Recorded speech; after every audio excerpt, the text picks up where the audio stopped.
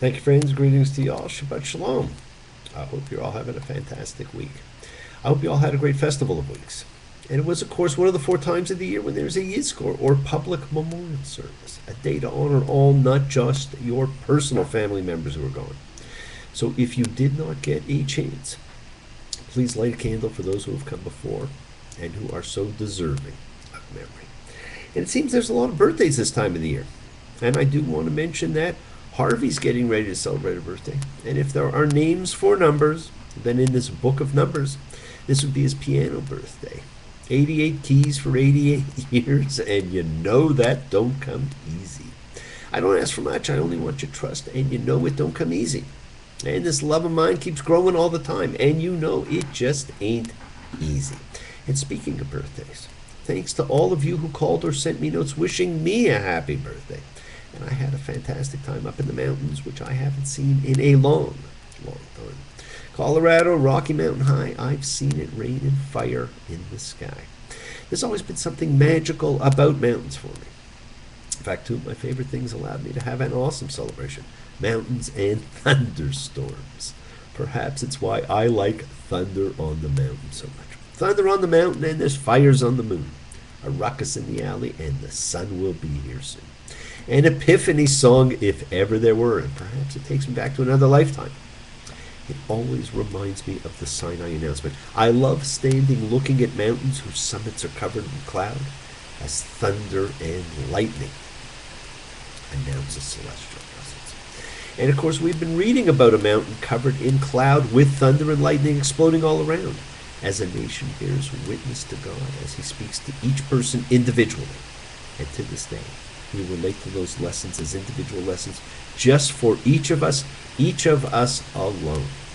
And in this parsha, we experience that again as the first real prayer in the Torah occurs in the second person singular, to each of us alone.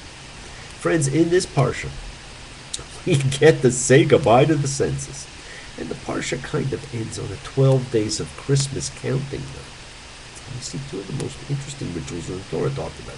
And as I mentioned, the origin of a blessing continuing undisturbed to this day. Naso, add up.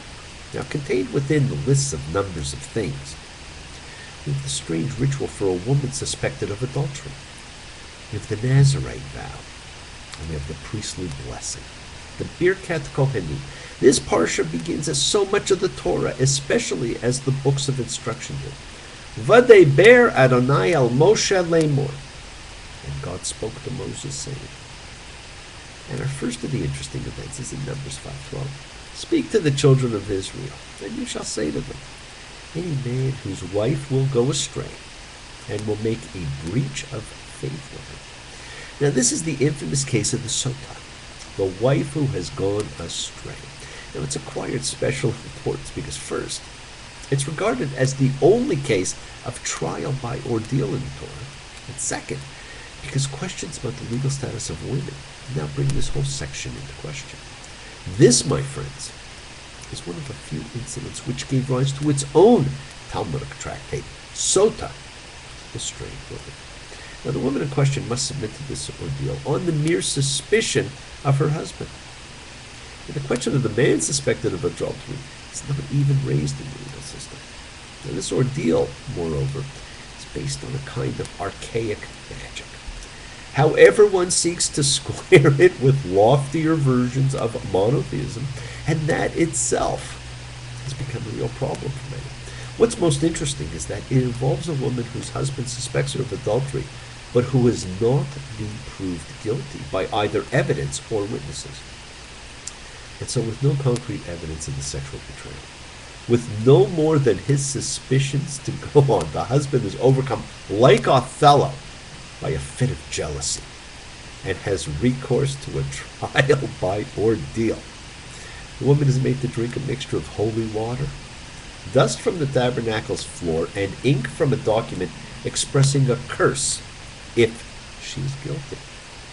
This, my friends, is the first and only use of the term holy water in the Torah, an item still found in every Catholic church that you may enter. And the purpose of drinking the mixture is not to prove her guilt, but simply to bring about the curse. It is called the bitter cursing water. Me hamarim hama arim. And in what appears to be an incredibly chauvinistic approach, there is no corresponding treatment for a husband accused of going astray. Where he's mentioned in this parsha is only to state that the man shall be clear of a crime, and this is usually understood to mean that the husband is innocent of the crime of making a false charge against his wife. Now, there are many Talmudic attempts at explanation, but there are deeper questions involved. Why not have some procedure like this for a man who's suspected of adultery? In fact, why not have a procedure like this for any other crime by a man or a woman? Also, even if the woman is shown guilty, she's not executed, which elsewhere is the penalty for adultery, as we saw in Leviticus 20:10 and as we will see in Deuteronomy 22:22. This stands alone. So to begin with, this procedure must relate specifically to something about women and not men, and about sex and adultery. And the reason we've had such difficulty understanding this case for millennia is that law is constructed on equivalence. We decide cases by precedents, by consistent principles that apply to cases in a variety of circumstances. Pregnancy is a condition that is without parallel in human experience. The rabbis of the Talmudic era were so unclear about the actual procedures here because it probably had not been practiced since First Temple times. At the latest, it required dust from the tabernacle floor, and the tabernacle was only in the First Temple, never in the second. Now, while this has always been a strange ritual to understand, we are then immediately presented with another. We then see the second ritual contained in this parsha, which I want to mention. In Numbers 6:1.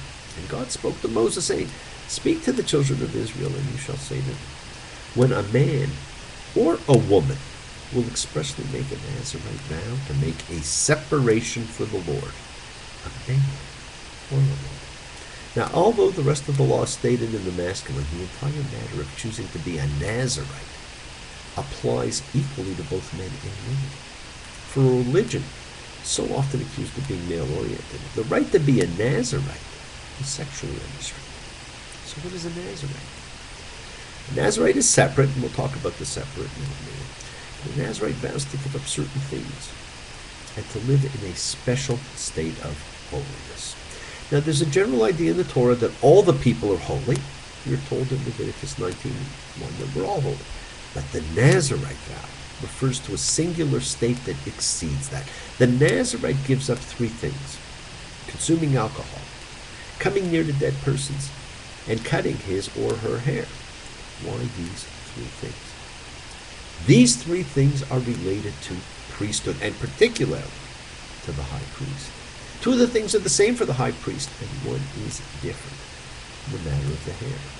The high priest is commanded to do the opposite of the Nazirite. The Nazirite shall grow the hair of his head loose, as we're told in Numbers 6:5, but the high priest shall not let loose the hair of his head. Leviticus 21:10. What does it mean that a Nazirite is someone who chooses to live like a high priest? But that a high priest is commanded not to have the most obvious characteristic of the Nazirite. It's to show that the distinction, the separation between them. Friends, the clergy in Israel is not open to most Israelites to choose, but only the members of the tribe of Levi by heredity. And then only the males, and the priesthood comes to be limited only to a certain family within Levi, the family of Aaron. And the high priesthood is limited to a son of the preceding high priest. Now, prophets can be from any tribe and can be male or female. And one becomes a prophet by being called by God.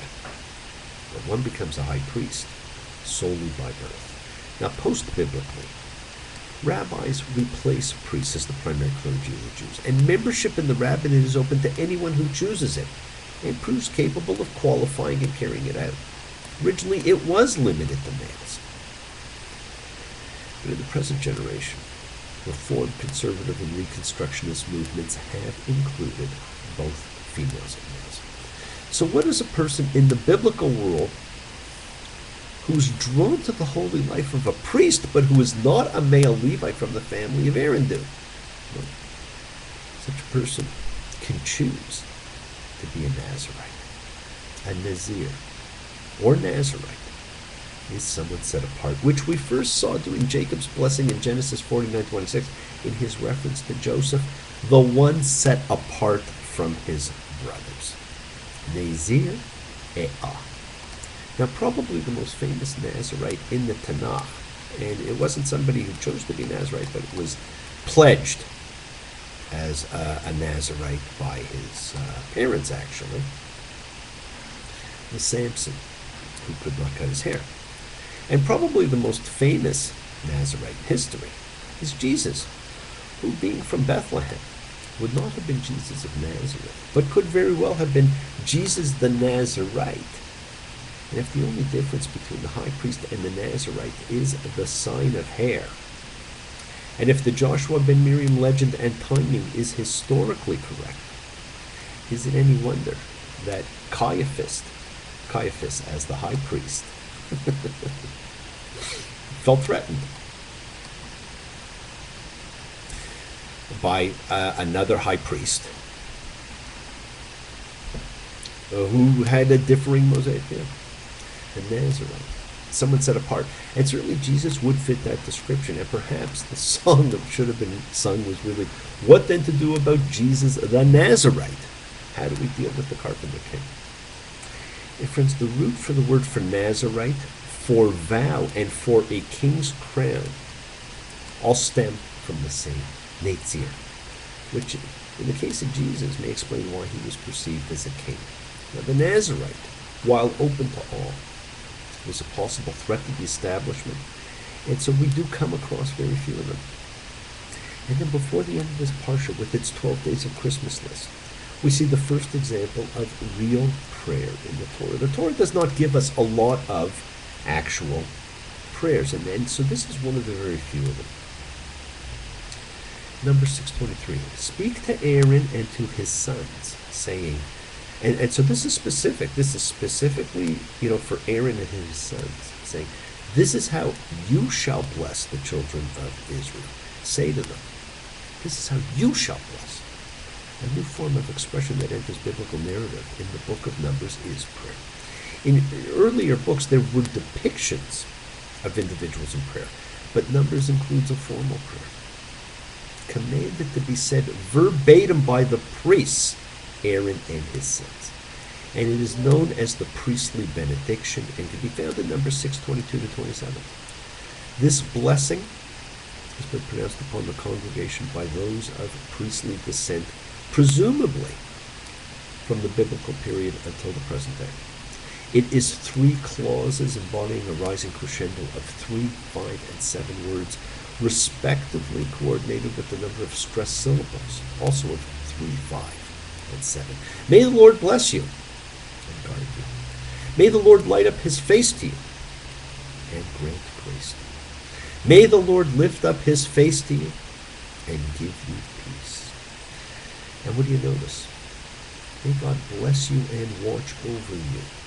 You, the language of the priestly benediction, like the Decalogue, is formulated in the second person singular. All of the priests are instructed to bless the entire people with it. And although it historically has been pronounced as a congregational blessing, it is both personal and a communal wish. In these 3 brief lines, the priests wish each individual divine blessing, protection, favor, grace, attention, and peace. And it's the priestly blessing I always think of when I hear Bob Dylan's second person blessing. May God bless and keep you always. May your wishes all come true. When the world is sacred, so is everything in it, my friends. Express your gratitude. Light a candle, make a wish. Celebrate your life and the lives of those you love. Live free, be free. Honor your freedom. Be well, be happy, be blessed. Share and honor the light and all who live in the light and continue to shine. Continue to send everyone you know goodwill and love. Pray for peace and freedom for everyone, and end to terror and hatred. And remember, friends, we are a community. We learn together, we celebrate each other, we love each other. Thank you all. Love you. See you all next time. Thank you for joining me. Wishes do come true. May you build a ladder to the stars and climb on every rung. May you stay forever young. Bless you all. Shabbat shalom. Take care. Thanks.